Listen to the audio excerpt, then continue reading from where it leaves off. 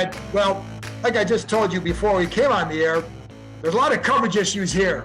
And I know you know your stuff. So I wanted to get into this with you. In general, before we get going into it, what have been your thoughts on the coverages? Well, it's not that they're bad at what they're doing.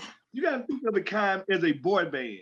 If the boy band is not all on the same page, the show is going to be a terrible show. And yeah. I think what most people don't realize is, besides Cameron Curl, nobody else on this team played together last year. Right. As the defensive backfield.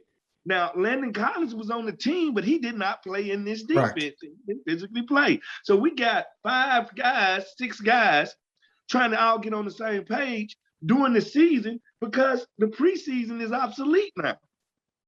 All right. Didn't have I thought they would go about trying to have the practices linked to the Ravens or something to really get some work done. Right. But now guys are having to learn on the run. And I can't say that Jack Del Rio is giving them any break, because the thing about it is, let's say if this was Greg Williams, the first thing he'll notice is the fact that we haven't all played together. So he would simplify the playbook so we could just play fast. There you go. And that's what you're not getting. You're getting a lot of different play calls called. And now you got the people on the back end thinking, and now the people on the front end, which is your screen, they're thinking. They're not rushing. They just think like nobody feels comfortable in this defense. Because if you look at it, who actually stats above or better than they was in years past? Nobody. Right, nobody. And you know what's funny, because I did want to ask you that too, because it's to me when I watch them, I don't see a group that's playing confident in what they're doing, and for whatever reason. And I don't think, I mean, there are good players out there. So, but I don't see them being confident. Is that what you see? Well, at the end of the day, we know the talent is there. There's no doubt. We know the talent is there. The question is, why ain't the talent being maximized? Right. Why are we not getting the top end guys in position to make plays? Because I don't think the play call and the play caller and the players are all on the same page. And that's what I think. And sometimes just look and see what you see for yourself. When I see them play, I see guys thinking, not reacting. And that's why I say, to me, they're not playing with confidence in what they're doing. No, yeah, because either they don't like the scheme or they don't understand the scheme. And that's one thing about great coordinators. They don't only teach you what we're doing and how we're doing it. They teach you the why. Right. And that's what I love when a good coordinator, all right, we're going to run this goal coverage on 3rd and 8. And this is why. Because they like to curl up at the numbers. They like to throw the number 2. So we're going to let the cornerback attack number 2. You carry number 1. But if number 2 come to that flat, you go destroy him. All right, so I know what the whole game plan. Now it allows me to just process what the offense is doing and react. Now it looks like they're processing what the offense is doing, figuring out where they should be, and now they reacting. That's always going to put you a step behind. And can you see some plays? Because there are some times where I'm watching, like, you know, the play last week against Atlanta where Bobby McCain comes up thinking it's a dig and he's deep middle and he knows he's supposed to stay deep. What is that a function of? Because is that something where, is that an inexperience in this defense? Because it always seems like, should you stay deep middle, but then yet in other defenses, are you driving on that dig? Hey, that just tells me that they ain't played together because they don't trust each other. Like it takes reps to build trust. Right.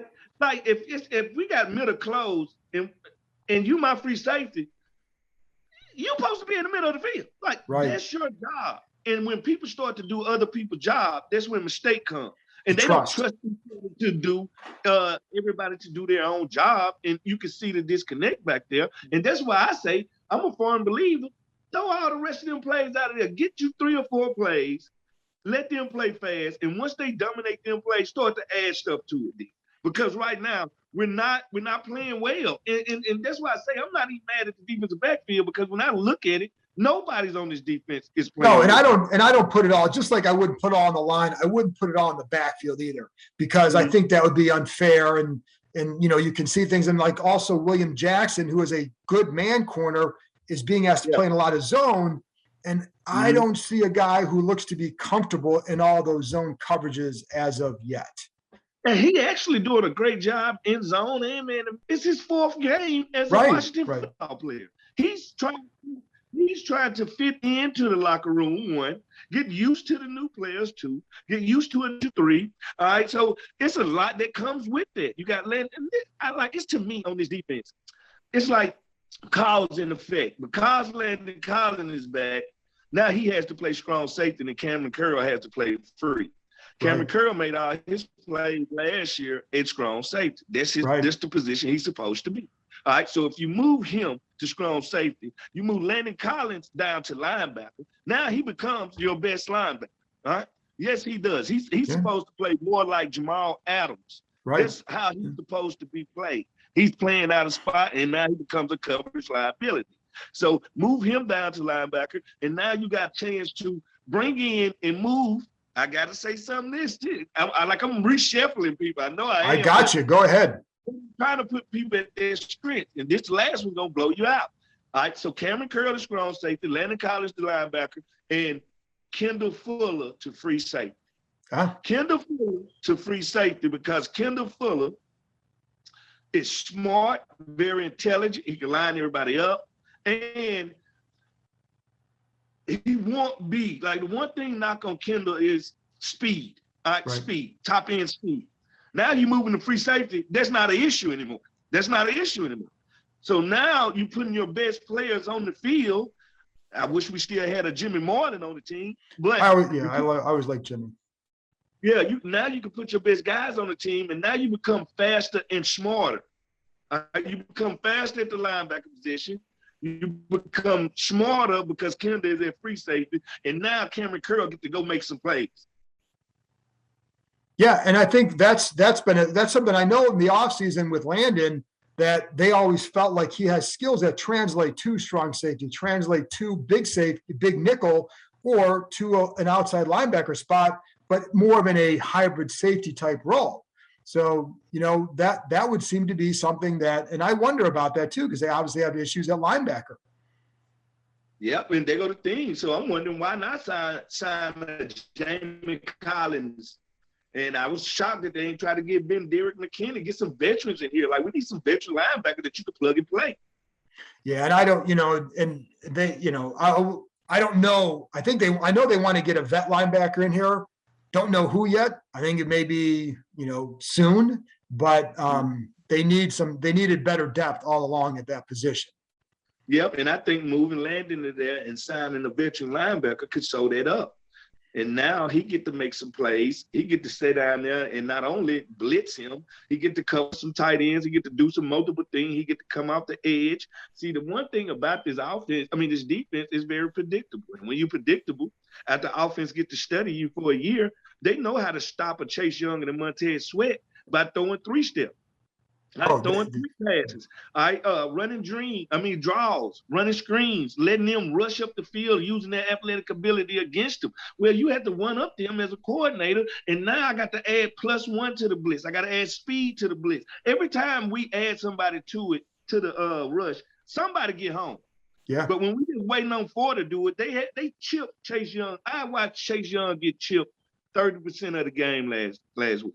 All right, that means a tight end, a running back, somebody's touching him, pushing him inside of the tackle, and they're manipulating his rushing techniques. But at the same time, they're pushing the line to Sweat side. So they're really neutralizing the speed rushers. You have to add people to the rush at that time. And if you're going to add people to the rush, they're going to have to go press coverage. They're going to have to go press coverage because now you put it like this, Keim. This is the simple thing. If I'm a cornerback and I'm playing off man, the whole route tree is open.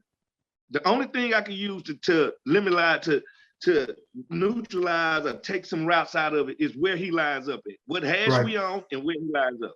Now, if I walk down and press him, it's 2 routes, a slant or a fade. That's what the route tree is. And me as a cornerback, I would rather take all the other routes out, master these 2 routes, stopping them at a high level so I can play press man at all times. And now the quarterback gonna have to beat me on a 50-50 deep ball. He gotta hope his guy can catch and run. But they also got beat on those slants that were beat. They got hurt by those slants a few times the other day. So that's what I wanted to ask you, though, about press coverage, because one thing I see when they do play press, they're not getting their hands on the receivers. And I know that like not every time are you going to jam them. I know that. I'm going to touch him every time. Okay, so why do some not? Because like I don't see these guys jamming a lot. Why do you think that is? St. Juice gets his hands on the guy every time. He does. The other ones don't always. All right. So if you're a cornerback and you go up there, you got two options. I can come up here to shadow you, which ain't always good because you ain't finna get your hands on. Like if I get my hands on you, that's one Mississippi, two Mississippi. They got to go somewhere else. Right. All right. That's the key. And then if you got long arms, once I get my hands on you, I don't even have to be near you to get my hands on you. And if I do that, the play is on. The play has to go on. And what I'm trying to do when I press you is to irritate you and to make the time go. All right, to make the time go, make you reroute, make you push you to whatever I got to do. But I'm gonna do it in zones. I'm gonna do it in mans. You ain't gonna know what I'm gonna do if I start everything off from the press. And that's why I'm shocked that they don't, because then I get to help my rush. I help my rush because now he's gonna be reading and seeing what all us seeing because he don't know. So now when that middle linebacker comes into the A gap and act like he blitzing, you have to respect it. Yeah. When a guy's in press, because I saw this the other day, whether it was Kendall, sometimes William, if they like, sometimes Kendall might get a little bit off balance as the guy's cutting on the slant, might kind of fall back just a little bit. What does that tell you about technique or anything like that? It just tells me, one, they're not keeping their inside shade. Like when I line up and press, I'm gonna split your body. Meaning my right foot, let's say if I'm the left corner, I'm gonna split you by my right foot being inside of you. So I'm half in my body. So okay. I'm naturally lined up inside. So when you do come off and give me your shake and shake, I'm gonna stay right here. All right. And I chase you on the fade route, that's a longer route. And I have to jam you, but also make sure you don't come across my face. And that's what they're not doing. They're not being patient at the line of scrimmage. The best cornerbacks are very patient and they stay parallel to the line of scrimmage. All right. Champ was a master at it. He awesome, right? Yeah. Master at it. So, and that's what they're not doing. And they're not trusting that, one, the rush gonna get there because they know they probably doing a 4-man rush. And they trying to get out of there. And that ain't gonna, so they won't get beat deep. All right, well, guess what? They moving the chains with the slant. Oh yeah, they were moving them. And that the other thing with William and the one, and I know, like, you're right. Like when we watched the Bills game last week, you could see what a defense looks like when they've all been working together and the different disguises they can do and the trust that it develops. So that is still something they're building here. And I agree with that. And same with William playing in zone. But sometimes I asked about that because sometimes I'll see him on his drops. He's a yard or two deeper than the corner on the other side on his drops. Like, is he trying to see more? Is he trying to read more? Is he still getting comfortable with playing a certain technique? Zone is not hard to learn. Like, if man is the hardest thing to play in the league. He's mastered that. He played zone at Cincinnati. You know, he's just trying to fit into this defense. Like, that's the only bad thing about free agents. It's like you moving into your wife's mother's house. Like, you got to abide by new rules. You got to figure new things out. So it's a comfortability that comes. Like, I'm not worried about William Jackson. He's fine. I think he's a good player. I like him, but you can see that he's still adapting. Yeah, he's just adapting to the new transition of the free agency. That's why free agents usually have a better year the second year after they've signed with a team, just because of that reason itself. Now, the other guys, like I said, with this boy band not being together long, I think that's affecting them. And I never had that problem when I was here because it was always 2 or 3 of us that had been here. Yeah. So all the other guys were kind of fitting into something we had already had going on, and that made communication easier. Like, it's easier for us to talk. And out of this group, I think people take for granted talkers. like talkers like me, because the one thing Greg Williams, any coordinator I had, is I'm very communicative on the field. All right, telling my guys what I would have thought you'd be shy out there. Yeah, you know how it is. But just checking the stuff, alerting stuff. Like that's me all day, because I'm attached to the I'm alerting 4 verticals when we get to half field. I'm alerting this because they lined up this way. I'm talking to the Sean Springs already on the other side, because I think my man finna come over there in motion. If they come in motion, we're gonna box it. I don't hear none of that. I don't see it on TV. And I can tell by how people, you can tell by their by hands, yeah. How they communicate is like they break the huddle and everybody's worried about their job, not collectively saying this is how we're gonna shut them down. And that's what I want to ask you too about that, because about the communication and just some of the little things that, because everybody talks, well, miscommunication, but what does that always mean? Like, is there a play where you saw like the emotion and you don't see a reaction the way that you think? And I know you have to know the rules of the defense and all that. It's sometimes just a little bit educated guesswork. But what are some of those little things that the communication can clear up?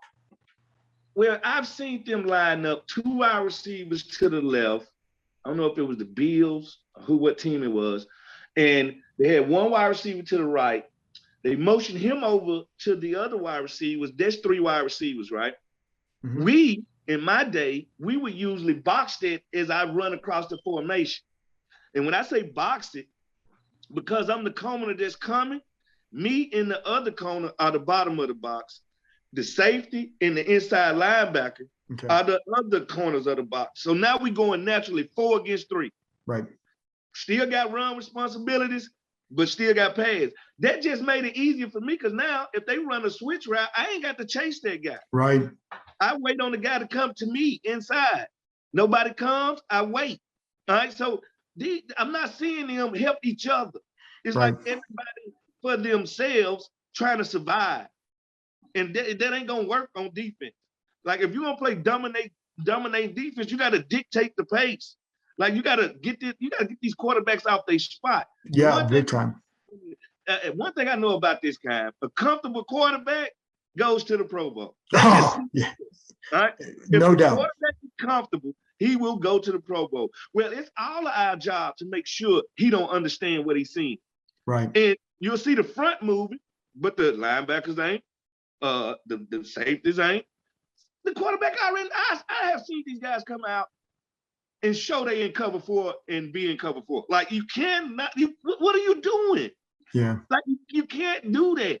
In my day, me and Sean Taylor, Sean Spring, I'd be like, I'm gonna walk up here and press this cover 4. So they think it's man to man. Right.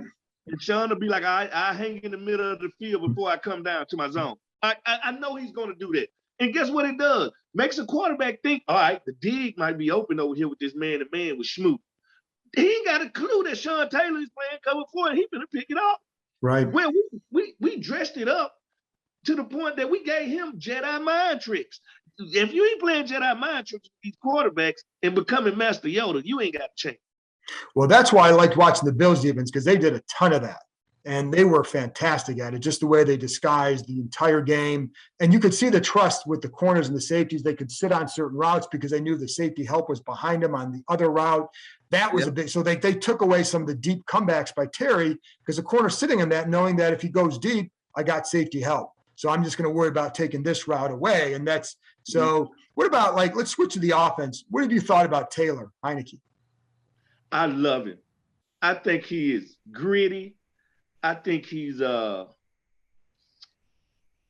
think he has this. I've been saying it since before the season, Kai. You know, I told you I think he got a Kurt Warner-esque story. Yeah. And I think he's tough as nails, but he got moxie, man. He just got this it factor. He got this, man. I had a regular job 2 years ago, so I'm finna let it wing. I'm finna play. All right? I'm finna play. He's not out there trying to be careful. He's out there. But y'all gotta realize he's went 250 plus yards in every start that he's ever had. I know. And I think people forget in college he had a single game where he threw for 700 yards.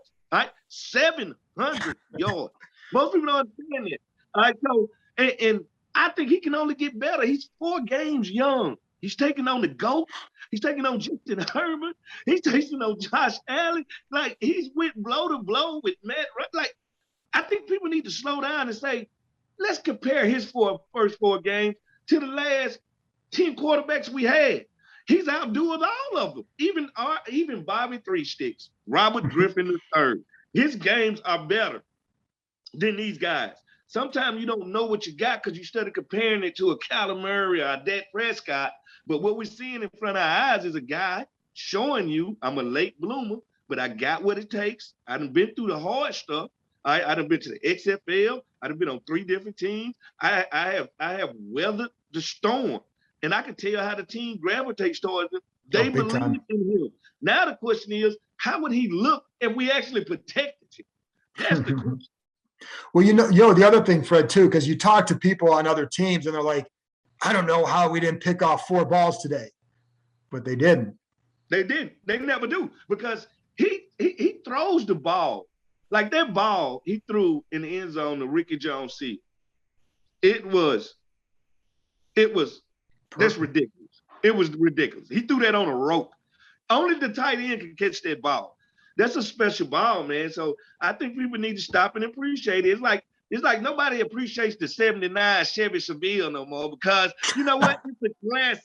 It's a classic, but that American muscle is what you need sometimes. And that's what I think of him. He's a classic quarterback. He can run outside the pocket. I want to see him on more play action and more waggles, but we have to actually get the running game going and have a lead for these things to happen. Like, I really want to see him play with a lead. Like, I want to see the defense play with a lead. Yeah. Like, we got to figure out why do we start off so slow? And if we done had 3, 4, 5 different quarterbacks and all of them start off slow, sooner or later you got to look at the offense coordinator. Yeah, no, I think that, listen, that's all fair, man. I don't think that, like, one thing I would never do with this thing is absolve the coaches of any blame at all, because it's all, as you know, it's all part of the equation. You can't just blame the players all the time. No, but the players are the easy out. Of course, they're the ones on the field, and just execute what's called. And I get that, but I also know that you can see when you see how it makes a difference. I'll just say that. What about like having Curtis back when you have to face Curtis, Terry on the same side for defense? How does that stress them? See, I think you're doing bad at wrong, Keim, with your vast football IQ. I would think you would know when you bring a Curtis Samuels on the field. Think about us in the huddle. All right, here go the huddle. The first thing we identify is what set they in, what personnel did they just bring in. Right. When Curtis Samuel comes in the game, I don't know if he a slot outside running back. I don't know what they're in. And don't forget, my starting running back used to be a wide receiver. Right. No, I can literally come out here, put my running back outside the numbers. If you take that linebacker with him, I know you're in man. All right. I can put Curtis in the backfield at the tailback. Guess what I just did? I put a cornerback in the box. We're going to run right at it. Right. No. So now you get to play checkers, not chess. He becomes that ultimate chess piece. And don't forget, when you bring him in motion, it's a threat that he gets the ball. Correct. Right? So now defensive ends ain't going to be rushing up their field and coming backside as quick as they usually would. Well, and that happened the other day because at one of his first times in the game, he goes in motion. They run Gibson where he came from the motion. The backside end and the backside linebacker have to stay home. Have to stay taught all week long, stay home. You have to. And he one of these guys, they know we finna get him the ball now.